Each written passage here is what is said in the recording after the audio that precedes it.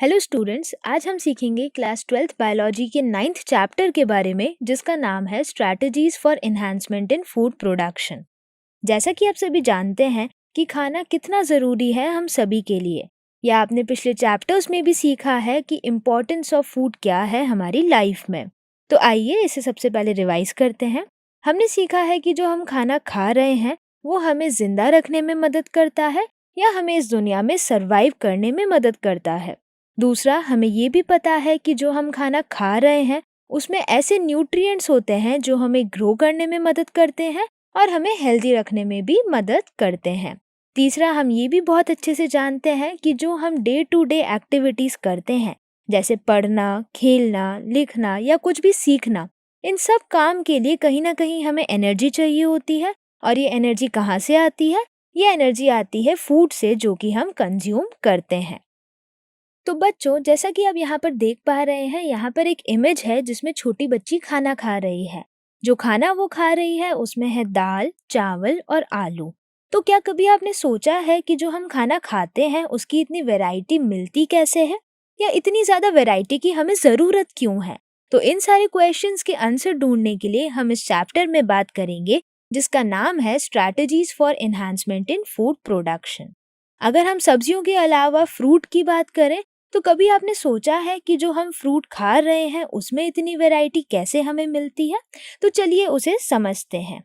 अगर हम बात करें हमारे नेशनल फ्रूट ऑफ इंडिया की, जो कि है मैंगो यानी आम, उस मैंगो की भी हमें इतनी सारी वैरायटी मार्केट में मिलती है। अगर मैंगो की वैरायटी की हम बात करें तो एक तरफ हमें मिलता है केसर आम, एक तरफ हमें मिलता है दशहरी आम, और एक और वैरायटी जो हमें मिलती है वो है तोतापुरी आम। तो इन तीन वैरायटी के अलावा भी आपके मार्केट में बहुत सारी आम की अलग अलग वैरायटी आपको मिलती होगी। अगर हम आम के अलावा और किसी दूसरी सब्जी की बात करें, जैसे कि शिमला मिर्च, तो जनरली आपने ग्रीन कलर वाली यानी हरी शिमला मिर्च खाई होगी। तो इस हरी शिमला मिर्च के अलावा भी हमारे पास मार्केट में बहुत सारी अलग अलग शिमला मिर्च अवेलेबल है। जैसे मैं बात करूं हरी शिमला मिर्च या कैप्सिकम के अलावा और इसकी वैरायटीज की, तो हमारे पास एक ऑरेंज कलर की शिमला मिर्च भी है, हमारे पास येलो कलर की भी है, और हमारे पास रेड कलर की शिमला मिर्च भी मार्केट में अवेलेबल है। तो कभी आपने सोचा है कि इतनी ज़्यादा वैरायटी एक ही सब्जी की या एक ही फल और फ्रूट की कैसे अवेलेबल है? इन सब को समझने के लिए हम हमारा चैप्टर स्टार्ट करेंगे जिसका नाम है strategies for enhancement in food production. तो बच्चों, चैप्टर शुरू करने से पहले मैं आप सभी से यहाँ पर एक क्वेश्चन पूछना चाहूँगी।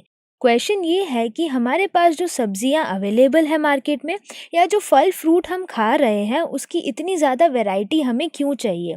क्यों हमें ये इतनी सारी सब्जियाँ ज़्यादा क्वांटिटी में चाहिए और अच्छी क्वालिटी में चाहिए?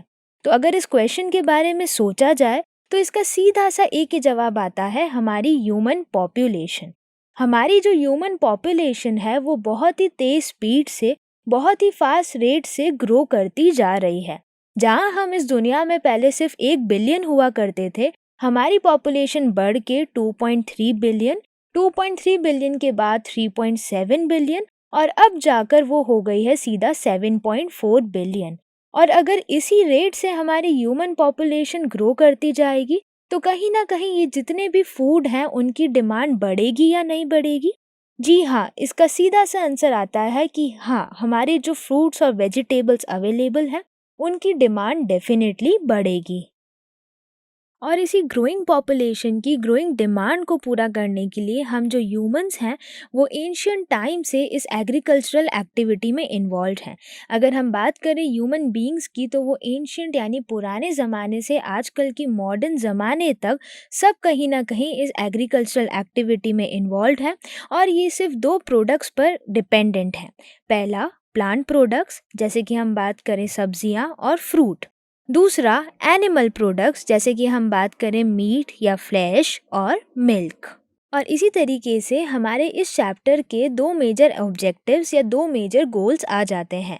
पहला मेजर ऑब्जेक्टिव हमारा ये है कि जो हमारी ग्रोइंग पॉपुलेशन है उसे हम अच्छी क्वांटिटी में खाना पहुंचा सकें, और दूसरा मेजर ऑब्जेक्टिव हमारा ये है कि इस ग्रोइंग पॉपुलेशन को अच्छी क्वांटिटी के साथ साथ अच्छी क्वालिटी का खाना भी हम प्रोवाइड करवा सकें। और इसीलिए हमारे साइंटिस्ट और हमारे रिसर्चर्स ने दो टेक्निक्स को डेवलप किया। पहली टेक्निक है हमारी एनिमल ब्रीडिंग, जिसमें हम एनिमल्स और उनसे मिलने वाले प्रोडक्ट्स की बात करेंगे, और दूसरी टेक्निक है हमारी प्लांट ब्रीडिंग, जिससे हम प्लांट और प्लांट से मिलने वाले प्रोडक्ट्स के बारे में जानेंगे। तो चलिए बच्चों, इस चैप्टर को शुरू करते हैं और सबसे पहले इसके लर्निंग ऑब्जेक्टिव्स देख लेते हैं। हमारा पहला लर्निंग ऑब्जेक्टिव है एनिमल हस्बेंड्री, दूसरा लर्निंग ऑब्जेक्टिव है प्लांट ब्रीडिंग, तीसरा लर्निंग ऑब्जेक्टिव है सिंगल सेल प्रोटीन या एससीपी, और फोर्थ लर्निंग ऑब्जेक्टिव है हमारा टिश्यू कल्चर। तो अब हम स्टार्ट कर रहे हैं हमारे इस चैप्टर का फर्स्ट लर्निंग ऑब्जेक्टिव, जिसका नाम है एनिमल हस्बेंड्री। एनिमल हस्बेंड्री समझने के लिए हम यहाँ पर एक एग्जाम्पल लेते हैं। इमेजिन करें आप कंडीशन जब आप घर से स्कूल जा रहे हैं या स्कूल से घर जा रहे हैं, तो आपने रास्ते में बहुत सारे एनिमल्स या जानवरों को देखा होगा। उनमें से बहुत सारे जानवर ऐसे हैं जो आपको डेली दिख जाते हैं, जैसे कि हम बात करें यहाँ बफेलो की, दूसरा काऊ की, तीसरा पिग यानी सुअर की। तो ये सारे एनिमल्स को हम एक कैटेगरी में रखते हैं जिसे हम बोलते हैं लाइव स्टॉक।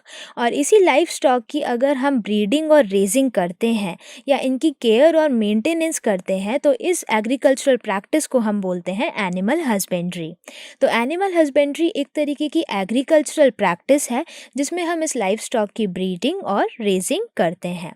इन्हीं एनिमल्स के अलावा हम और भी बहुत सारे एनिमल्स की बात करते हैं जिसे हम लाइव स्टॉक में रखते हैं।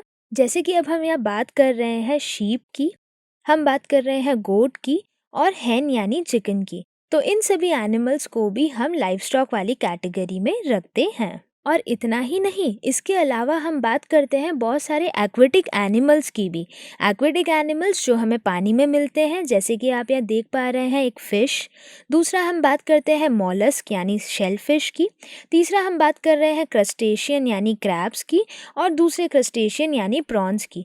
तो अगर हम पानी में रहने वाले एनिमल्स की भी बात करते हैं, इनकी भी हम रेयरिंग, केयरिंग और ब्रीडिंग करते हैं, तो इसे भी हम एक कैटेगरी में रखते हैं जिसे हम बोलते हैं फिशरीज़।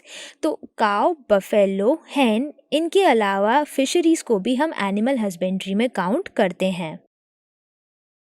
तो हम बात कर रहे हैं ह्यूमन की, जो कि इतने हज़ारों सालों से इस एग्रीकल्चरल प्रैक्टिस में, इस एग्रीकल्चरल एक्टिविटी में इन्वॉल्व है।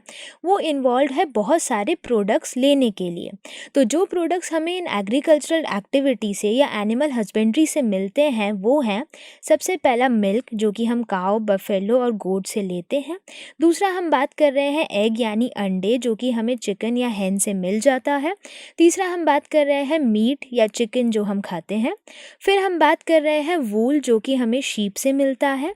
हम बात कर रहे हैं सिल्क वॉर्म की, जो कि हमें सिल्क यानी रेशम का धागा देता है। और हम बात करते हैं हनी यानी शहद, जो कि हमें मधुमक्खी से मिलती है। तो ये ह्यूमन कई सालों से इन्हीं सब प्रोडक्ट्स के लिए इस एनिमल हस्बेंड्री वाली एक्टिविटी में इन्वॉल्व है। तो बच्चों, क्या आपको पता है कि पूरे वर्ल्ड का जो लाइवस्टॉक पॉपुलेशन है उसका 70% पार्ट हमारा इंडिया और चाइना में है। तो इतना परसेंट वर्ल्ड लाइवस्टॉक पॉपुलेशन होने के बावजूद भी जो हमारा वर्ल्ड फार्म प्रोड्यूस है वो सिर्फ और सिर्फ 25% ही है। तो क्योंकि ये कहीं ना कहीं एक चिंता वाली बात है कि हमारी प्रोडक्टिविटी जो है वो बहुत कम है, या जो हमारा वर्ल्ड फार्म प्रोड्यूस है वो इतना कम है, तो उसे सुधारने के लिए हमें कुछ ऐसी मैनेजमेंट प्रैक्टिसेस को फॉलो करना होगा जो हमारे ट्रेडिशनल यानी पुराने मेथड के साथ साथ हमारे मॉडर्न मेथड को भी साथ में लेता हुआ चले, और फाइनली हमारी जो प्रोडक्टिविटी है पर यूनिट उसे बढ़ाता चले।